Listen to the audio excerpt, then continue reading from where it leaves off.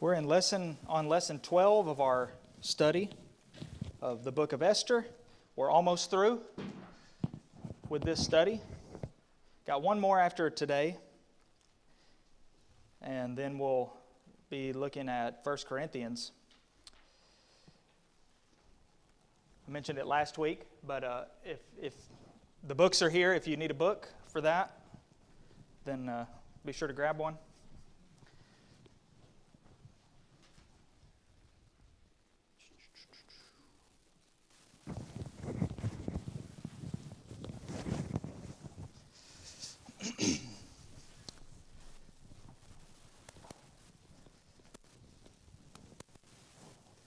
We're practically done with, not really done, but we're coming to the end of the story or the historical events that took place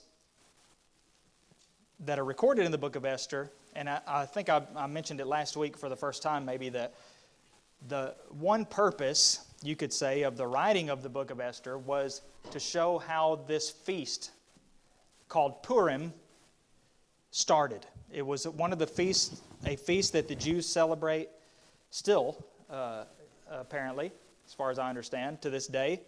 That was not one of those three feasts of the law instituted by God, but it was an additional feast and celebration. And the book of Esther basically serves from that perspective as a historical explanation for why that feast, what it's about. Just like any holiday. You know, we celebrate certain holidays, and we may not have a very deep understanding of those holidays and why we're celebrating, but at least in general, we might get the gist of, well, like the 4th of July.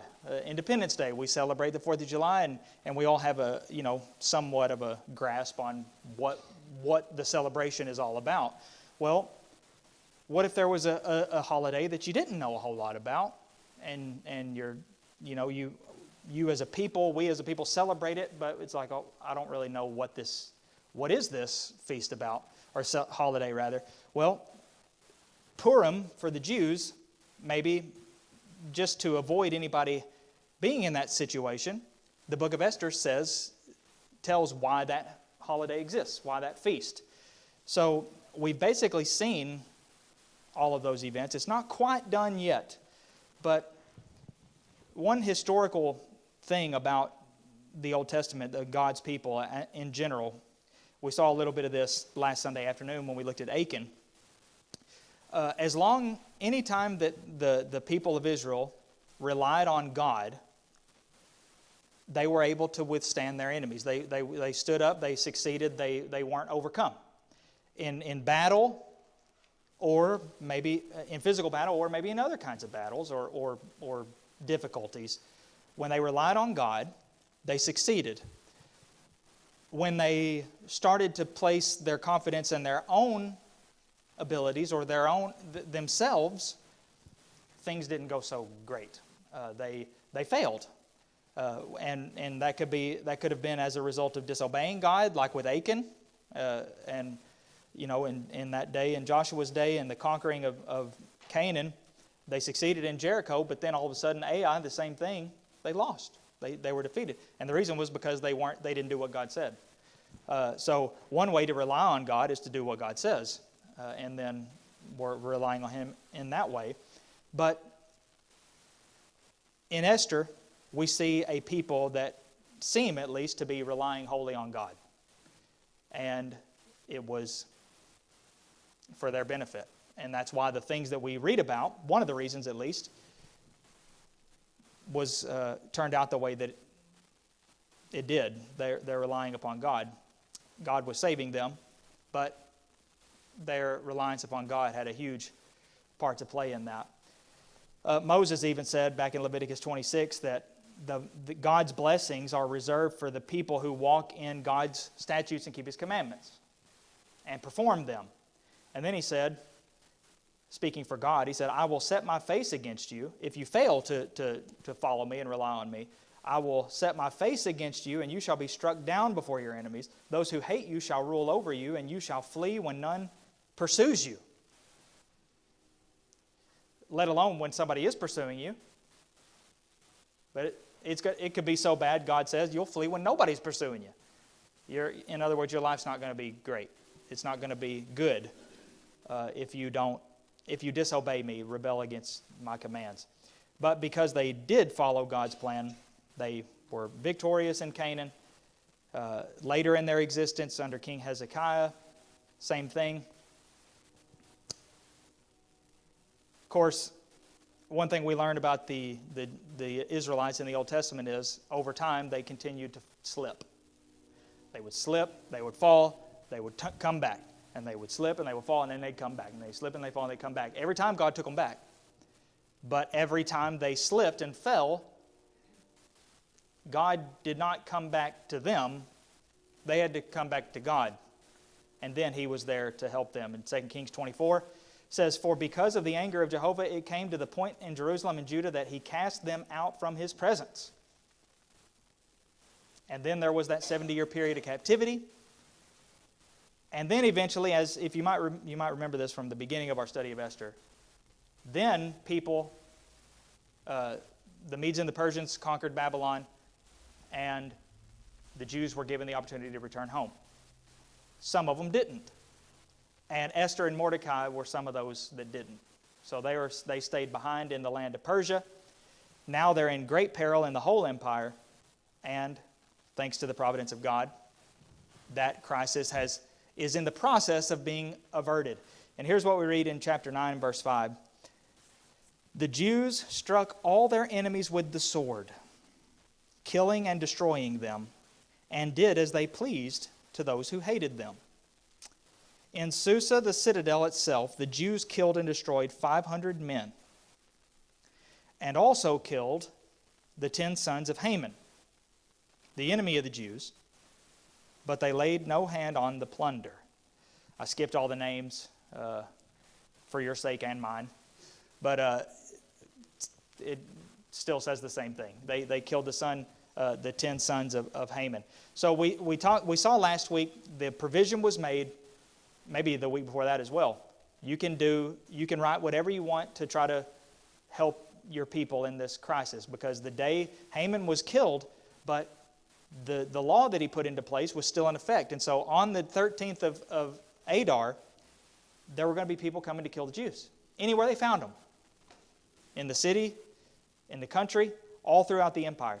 Well, the decree was that any Jew or all Jews were allowed to gather together to defend themselves, even up to and including killing the people who came at them, who came to destroy them, if that was necessary.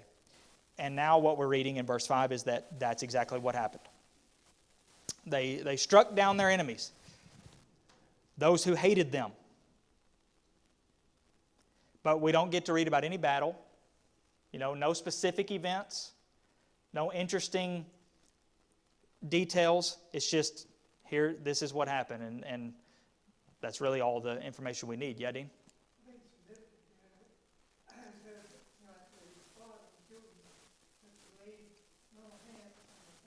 Yeah. Yeah.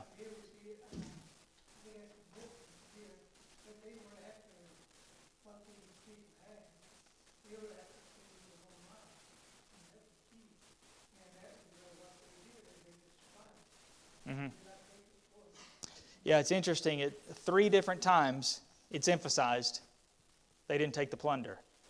And there's no explanation given for why they didn't. Obviously, in the decree, they were allowed, if you look back in chapter 8, verse 11, and to plunder their goods. So they were given the permission to do the normal thing, which was you take the spoils, the plunder of those that you have, just like Xerxes took Haman's property and position and everything, and he gave it to Esther, and who then gave it to Mordecai. That was the normal thing. But the Jews, for whatever reason, and I say whatever because, like I said, nothing is said. There's not even a little hint of this is why they didn't take the plunder. We're just told they didn't. And 3 different times. They laid no hands. Let's see. It's verse 10, verse, what's the next one? 15 and 16. So the last clause of verse 10, the last clause of verse 15, the last clause of verse 16 emphasizes and re-emphasizes they laid not a hand. They laid no hands on the plunder. And, of course, we could speculate why they didn't, but that would not really be much use because what we do know is simply that they didn't take it for whatever reason. Maybe principle, but they did not take the plunder. Now,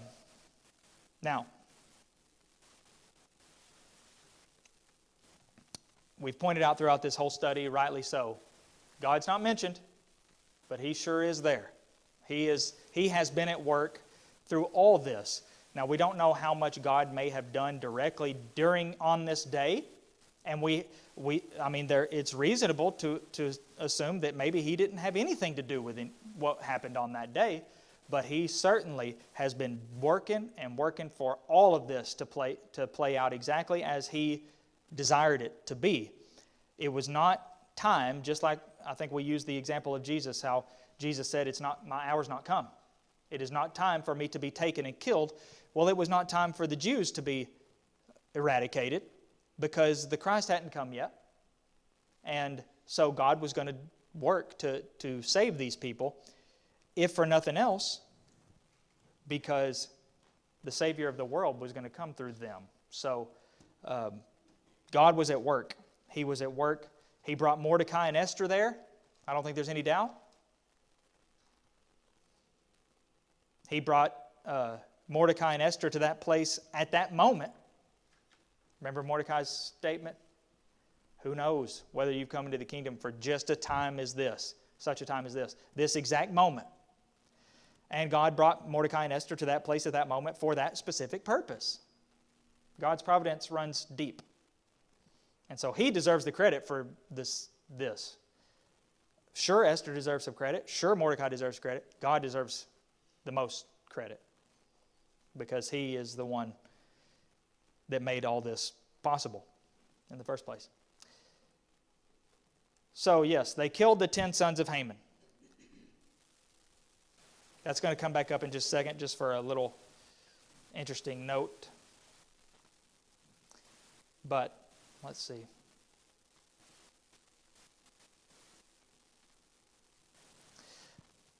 I said we don't know why they didn't take the plunder. We don't know why, but here's something we can deduce from the fact that they didn't is they weren't doing it to get their stuff.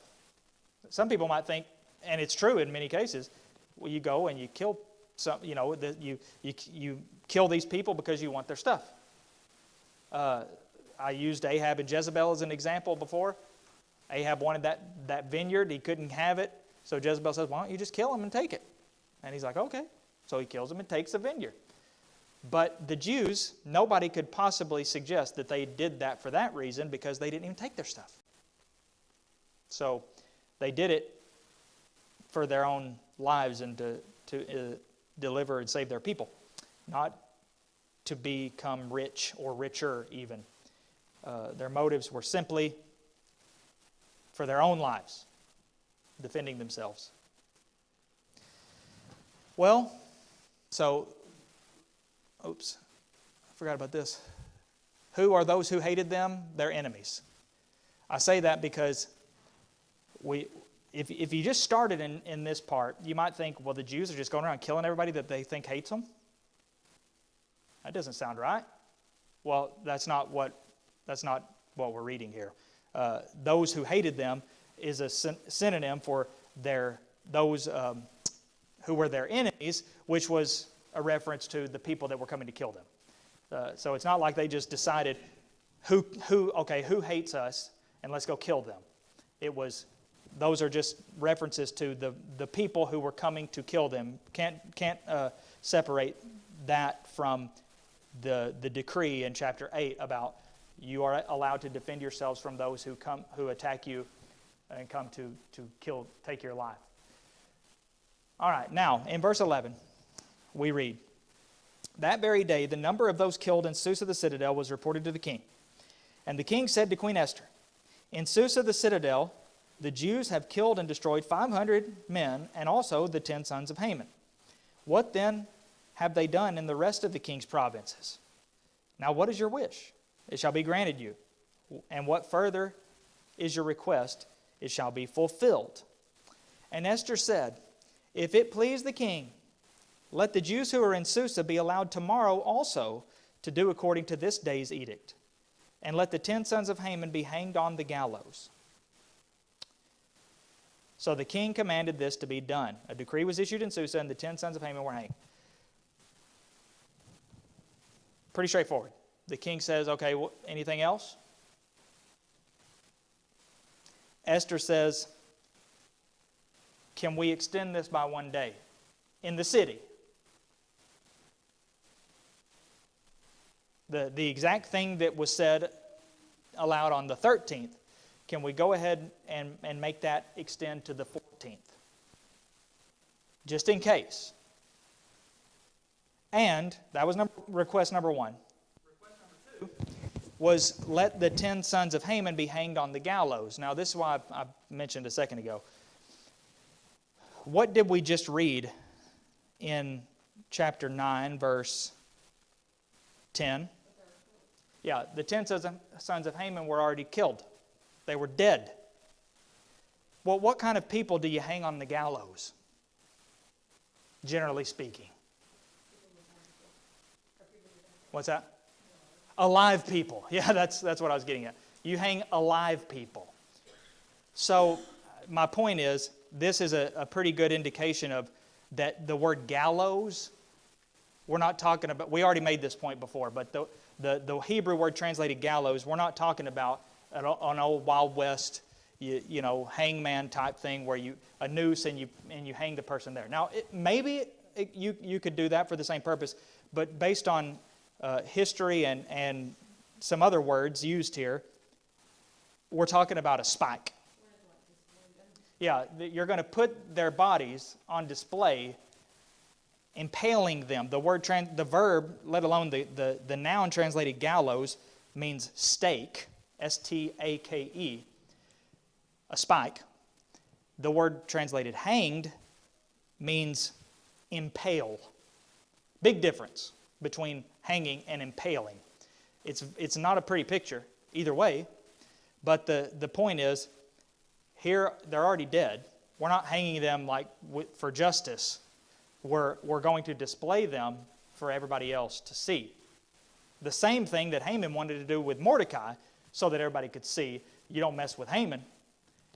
She wanted this to be done so that people saw for not only for the victory of the Jewish people, but also to prevent anything like this from happening again. Yes, sir. Either one.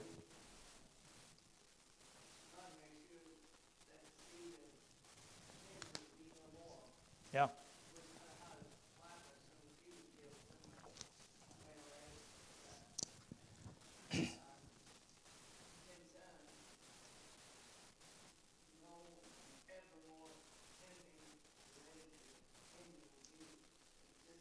Yeah.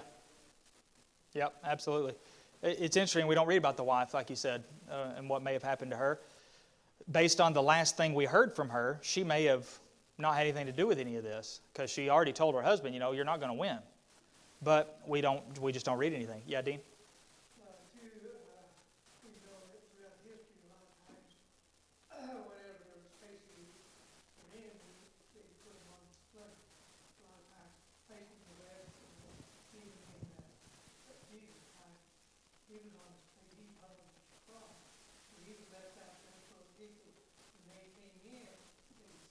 Yeah.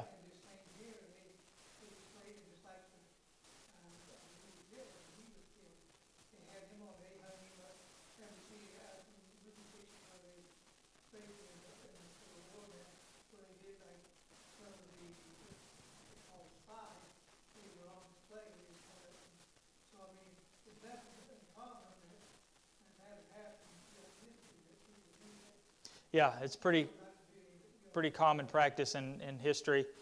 You know, even, you know, evil rulers, well, I say evil, but rulers, they usually are evil, line the entrance to the city with, rebels, just like this.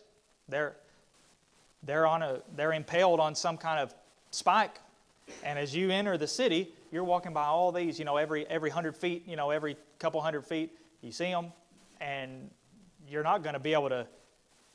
The message will not be lost on anybody that walks into that city. I want to point out that we have to remember everything that we read that any Bible character does, with the exception of Jesus, does not automatically necessarily mean that it's being condoned by the Scriptures. The Bible does not take it upon itself to explain or categorize or say that every sin that somebody committed was a sin. It just doesn't do that. The vast minority of cases does it characterize an action as sin. It characterizes what sin is, and then if a person does that thing, then it's sin. I say that just to say that, Esther and Mordecai were not perfect. They weren't infallible. They were not superhuman. So anything that we read in this account, maybe that's too much. Well, it may be too much. God, we're not, in the same way that we're not reading all the things that God did in the book, we also don't read about the things that God specifically commended or approved of. All we're reading is the things that actually happened. Yeah.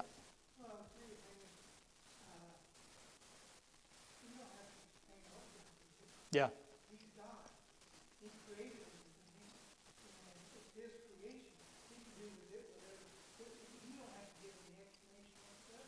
Yeah.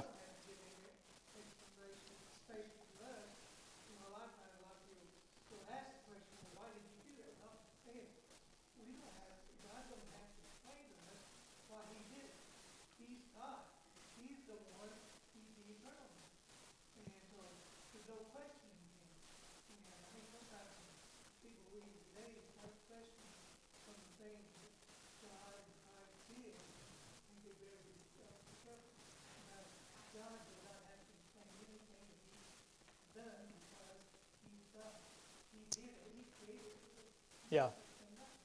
Yeah, whenever the Bible records something for us that God did, that's the end of the matter, But whenever it's something that somebody that's not God did, then that's a different situation entirely. So I just don't want to give the impression that, everything Esther and Mordecai had a free pass from God to do whatever they wanted. They didn't have a free pass from God to do whatever they wanted to anybody. They had a free pass from Xerxes, but just because somebody did something in the Bible who happened to be generally a great godly person like Esther was, doesn't mean that every single thing that Esther ever did was right. And it's probably a good thing to keep that in mind. Well, why would she request that this thing be extended another day?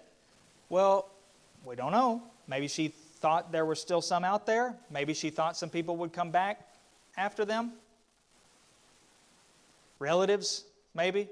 Maybe some people who didn't take part on the 13th now had loved ones that were killed in that affair. So now maybe they'll come now. Whatever the reason, she thought it was a good idea to let this extend for one more day, just in case the enemies decided we're going to go one more day. And she seems to specify, or she does specify, in the city, within the city itself. Not the whole empire, but the city. And again, that sort of leads to more questions about what was it that led her to think this was necessary, but she thought it was. So he allowed that to be done. Verse 14. So then it says in verse 15, the Jews who were in Susa gathered also on the 14th day of the month of Adar, and they killed 300 men in Susa, but they laid no hands on the plunder. Now the rest of the Jews who were in the king's provinces also gathered to defend their lives and got relief from their enemies and killed 75,000 of those who hated them, but they laid no hands on the plunder. This was on the 13th day of the month of Adar, and on the 14th day they rested and made that day a day of feasting and gladness. On first reading, at least in the English Standard Version, it's confusing. And it threw me off a little bit because verse 15 records how the request was granted, and so the people in Susa gathered on the 14th day and did the same thing. But then it says in verse 17, this was on the 13th day of the month. And then the 14th day, they made a day of feasting and gladness. It seems the best, most natural interpretation, or the easiest resolution is to separate verse 15 from verse 16. Because verse 15 records the execution of the extra day in Susa. But then verse 16 sort of goes back and is just saying the people and the whole empire, referring back to the original decree that on the 13th day the people got relief from their enemies, and then on the 14th day the people out in the country feasted and were glad on the 14th day. But in the city, on the 14th day, they weren't able to have a day of feasting and gladness because they had to defend themselves again. So in the city, this lasted 2 days, and then the day after was the day of feasting and gladness. But outside the city, the citadel, they didn't have to do that extra day. So that's the reason for the seeming confusion between, so which day was it? So the way verse 16 begins sounds like it's saying also on the 14th day, the people in the rest of the king's province is gathered on the 14th day, but it's actually saying overall on the first day. So verse 12 tells us about the people in the city, but it doesn't tell us about the people in the country. But verse 16 tells us about the people in the country on the 13th day. So only in the city limits, we could say, did the 14th day also consist of defending and fighting. There's also a question about the number throughout the empire. 75,000. It's a lot of people.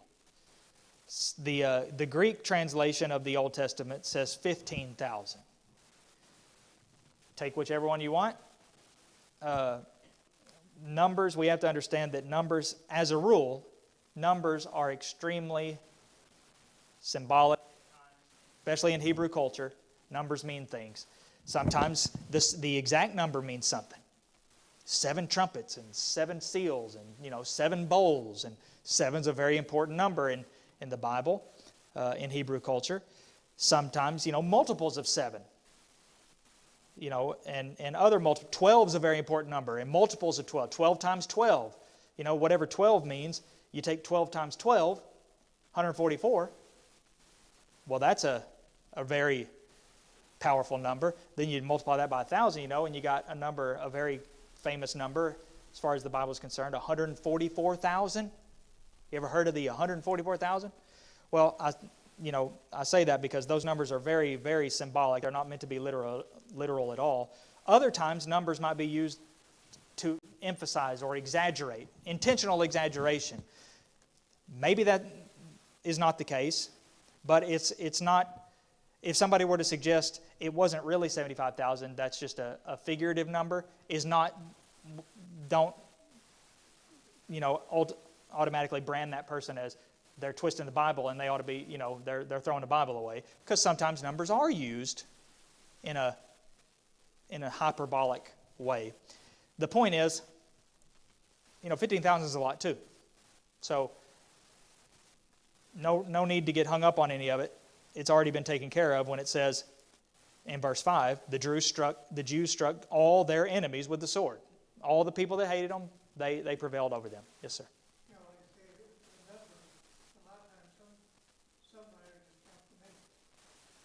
Yeah.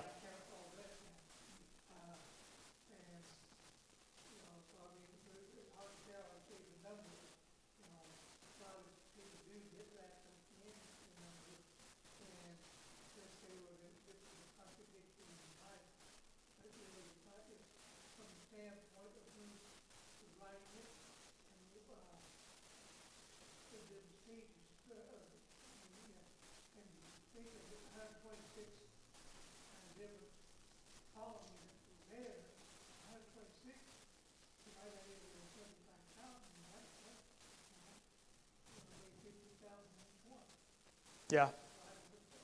Yeah. You know, the one thing where it is not clear is why the Septuagint, the Greek version, has 15 instead of 75. So there's no explanation for that. Maybe it was a numerical error. Of course, we can understand in Arabic numbers like we use, when you're talking about handwriting, a 7 could look like a 1 pretty easy. That's why sometimes there's a little line drawn through a 7 sometimes. But of course, they're not using the same kinds of numbers we use. The point is, however many there were, they failed. The Jews overcame them, and that was because of God, God's providence, and Esther and Mordecai's diligence. And so, this was a day worthy of celebration because of this deliverance on behalf of the people, or of the people, God delivering them.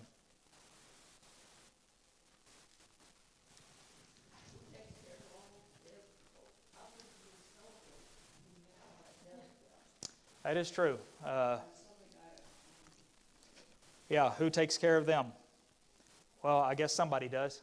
Slaves. Yeah, a lot of slaves, and I'm sure there were. Even though when Cyrus took control, who was one of the predecessors of Xerxes, he let the Jews free, let them go, but I'm sure they still had a lot of enslaved people that were, responsible for doing whatever the king wanted them to do. And one of those things would most certainly be clean up all these dead bodies, because you're not going to want all those around. So, yeah. Again, it may seem like who would want to celebrate right after that, but that's what it says they did. So,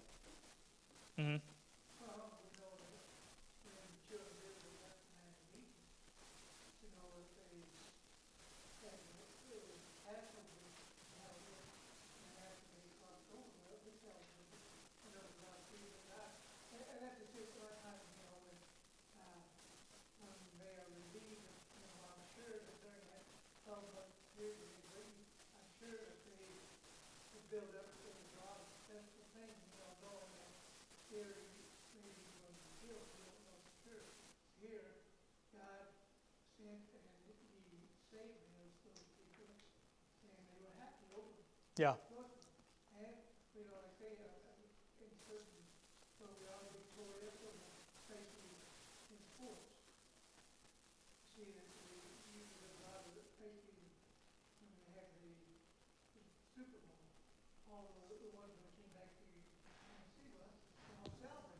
Mm-hmm.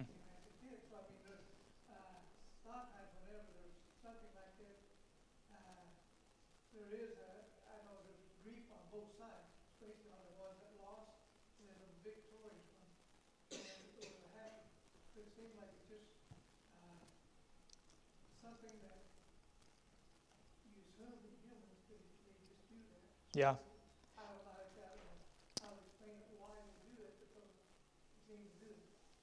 Yeah. Let me just clarify also that there is a possibility that it's not necessarily suggesting that they celebrated on that exact day. If you look at the text again, it says, they rested on the 15th day and made that day a day of feasting and gladness. Now, that last part may be referring to after from this day forward, this day every year will be a day of feasting and gladness. That may be what it's saying, that not that they immediately started celebrating and feasting, but that they rested and then put in order that this day every year will be a day of feasting and gladness to commemorate the deliverance that God provided, or that we had from our enemies. That's very possible and maybe more accurate both textually and easier for us to comprehend, in our own minds as well. So that's very possible, and the language, at least in the ESV, definitely allows that for that interpretation. They rested on the day, the actual day, which again just means they weren't fighting anymore. They rested. They didn't have to fight. Just like when God rested on the seventh day, it just means he wasn't creating anymore. But then, and again, that's what this is all leading up to, was the institution of this feast every year on this special day. Mm-hmm.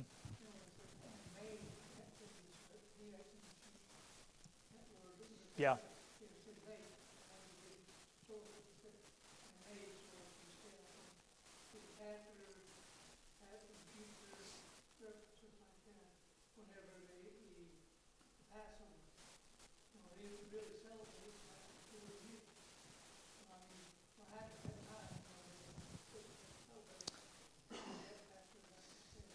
Yeah. Yeah, very possible. And it still makes a whole lot of sense. It doesn't make any less sense, for that matter. All right, applications. In a world driven by the sensational, the book of Esther provides needed balance. When people write books, the more action, as a rule, the more, in some circles anyway, you got to have things happen, you got to have all kinds of details, you got to have all kinds of in-depth, you don't want to read something boring. Boring is the enemy of everything, entertainment. But the Bible doesn't do that. And, if the Bible is what a lot of people claim it to be, which is just something that somebody wrote, made up, fabricated, and so on and so forth, I don't think it would read the way it does. Or else they didn't really do a very good job, because, boy, they sure missed out an opportunity, didn't they? They cover a whole, the thing that they've been setting up this whole time, and they're done with it in one verse. That should be at least 5 chapters, right? The battle? You're going to skip the battle? Yeah, Dean?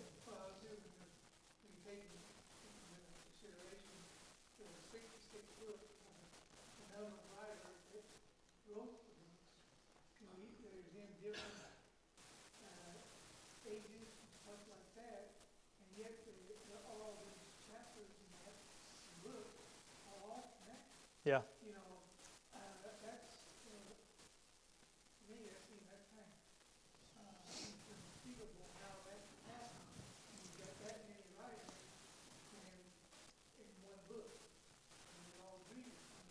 Yeah. Written over a period of about 1,600 years. Now you could get, and by at least 40 different men, you could get, a handful of men from the same age, from the same country, and the same background, to write something independently of one another, and it'll take a whole extra, editors and tons of adjustments to make it go together. It's just, what are the odds? All this does, though, the Bible, over that span of time, over 1,000 years worth, that's incredible. And it is connected. It all does have a central theme. The book of Esther does as well, which is God saving his people from disaster. And relying on God is a huge lesson to take from that. Number 2, although the Jews were given permission to take the plunder, they didn't. We already talked about that. We'll see in just a second. One of the greatest statements Jesus made: one's life does not consist in the abundance of his possessions. Life is more than your stuff. And number 3, how the Jews reacted. We just talked about that too. Yes, they instituted this feast and holiday, but they also rested. They turned their attention away from the enemies. They were no longer under the threat of death, so they were able to relax. And that too was a blessing from God, I would say. We should probably take that example. Resting. It's good. It's healthy. Of course, rest implies that you've been working. Because if you haven't been working, you're not resting. You're just still being whatever you were doing before. But rest, mentally, physically, emotionally, it is very important. And not just sleep. I'm not just talking about sleeping. but just resting, taking a break.